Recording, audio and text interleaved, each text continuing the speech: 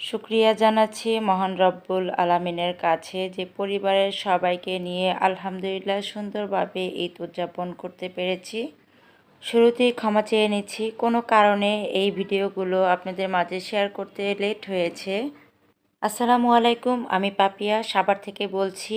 পাপিয়া পিয়া ব্লগে সবাইকে ওয়েলকাম করছি। কাছে দূরে দেশ এবং দেশের বাইরে যে যেখান থেকেই আমার ভিডিওটা দেখছেন, আশা করি সবাই ভালো আছেন এবং সুস্থ আছেন। আলহামদুলিল্লাহ, আল্লাহর অশেষ রহমতে আপনাদের দোয়ায় আমরাও বেশ ভালো আছি এবং সুস্থ আছি।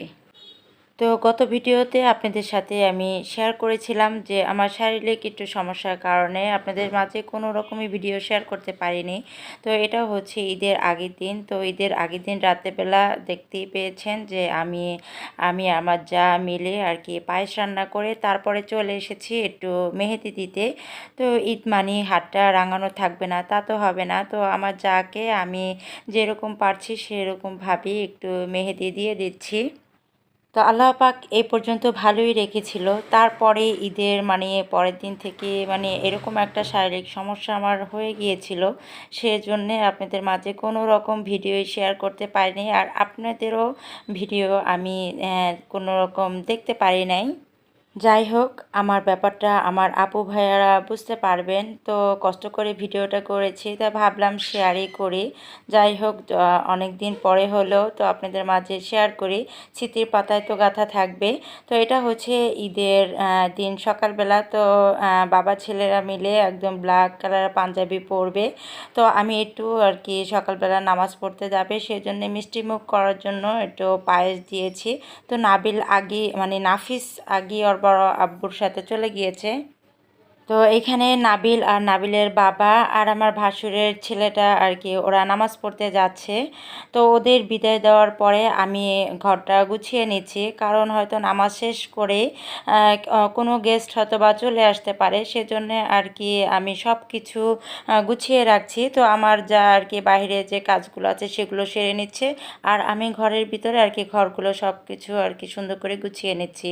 তো আমার শাশুড়ির বেডটা গুছিয়ে চলে আসলাম, যে বাকি যে বেডগুলো আছে সেগুলো আমি একটু একটু করে আর কি গুছিয়ে নিচ্ছি।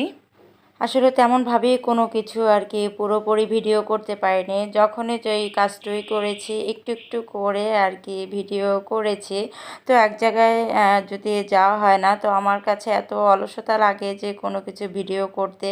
আর কেমন জানি লাগে সত্য কথা বলতে, যে কে কী মনে করবে, আমি সেটা ভেবেও আর কি লজ্জায় ভিডিওটা করি না। যদিও বা আমার শ্বশুরবাড়ি ফ্যামিলিরা সবাই জানে যে আসলে আমি শখের বশায় তো ইউটিউবের জার্নিটা শুরু করেছি। তো সবাই মোটামুটি জানে যে নাবিলের ছোটো কপি, তো আমি যখনই ভিডিও ছাড়ি না কেন সে প্রত্যেকটা ভিডিও আমার দেখে আর বলে যে যখন আমি তোমার বাসায় আসব আমাকে সব কিছু বানিয়ে বানিয়ে খাওয়াতে হবে।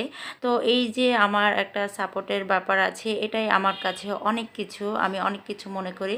তো আমার শ্বশুরবাড়ির ফ্যামিলি কিন্তু সবাই অন্যরকম মাইন্ডের বলতে।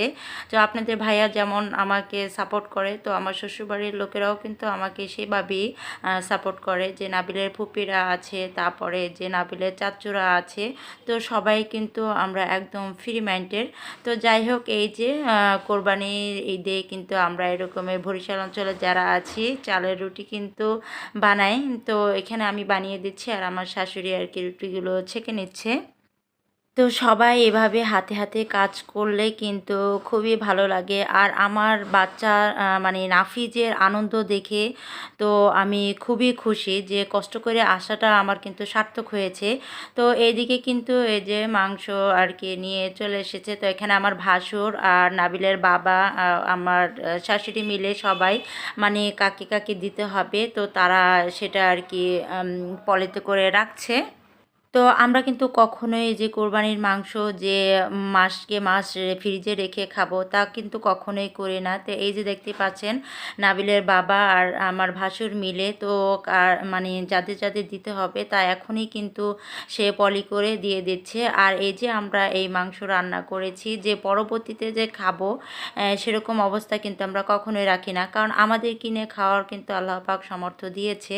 তো যাই হোক, এটা হচ্ছে আর কি কোরবানির পরের দিনে। তো আমরা চলে যাচ্ছি আমার বাবার বাড়িতে। খুব অল্প সময়ের জন্য এসে একদম যখন আসি তখন খুব হাসি খুশিভাবে আসি, যাওয়ার সময় একদম মনটা খারাপ হয়ে যায়। তো যাই হোক, আমার শাশুড়ি যতবারই আসি সে যাওয়ার সময় খুবই কান্নাকাটি করে।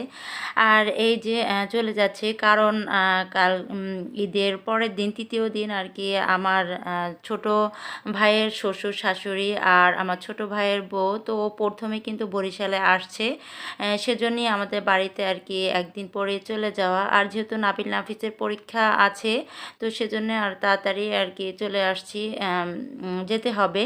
তো যাই হোক, যে বাড়িতে আসার পরে যে বৃষ্টি শুরু হয়েছে, তো এই যে নতুন মেহমান আসার আগে প্রস্তুতি চলছে। তো এখানে আর কি আমার চাচি আম্মা তো সবার জন্য আর কি হাতে হাতে সবাই মিলে কাজ করছি। এখানে সাজের পিঠা বানানো হচ্ছে, ভাবলাম যে আমার আপু ভাইদের সাথেও একটু শেয়ার করি। তো আপনাদের সাথে কথা বলতে বলতে একটা কথা ভুলেই গিয়েছি। তো যাই হোক, আমার ভিডিওটা যদি ভালো লাগে প্লিজ একটা লাইক দিয়ে শেষ পর্যন্ত সাথেই থাকবেন। আর আপনি যদি আমার চ্যানেলে নতুন ভিজিট করে থাকেন, ভিডিওতে দেখার পরে কোথাও কোনো অংশ যদি একটু ভালো লাগে, পরবর্তীতে দেখার ইচ্ছে থাকে, চাইলে আমার চ্যানেলটি সাবস্ক্রাইব করে আমার পাশেই থেকে যেতে পারেন। পাশে থাকা বেল আইকনটি বাজিয়ে দেবেন, এতে করে দেখা যায় যখনই আমি ভিডিও ছাড়ি না কেন নোটিফিকেশন আপনার ফোনে পৌঁছে যাবে, আর সেটা সময় সুযোগ করে আপনি দেখে নিতে পারবেন। আর এই কাজটা যদি আগে থেকেই করে থাকেন, আপনাকে অসংখ্য ধন্যবাদ।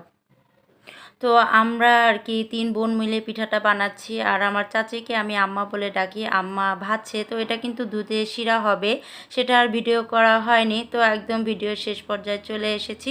সবাই সুস্বাস্থ্য কামনা করে নেক্সট ভিডিও দেখার আমন্ত্রণ জানিয়ে আজ এখানেই বিদায় নিচ্ছি। আল্লাহ হাফেজ, আসসালামু আলাইকুম।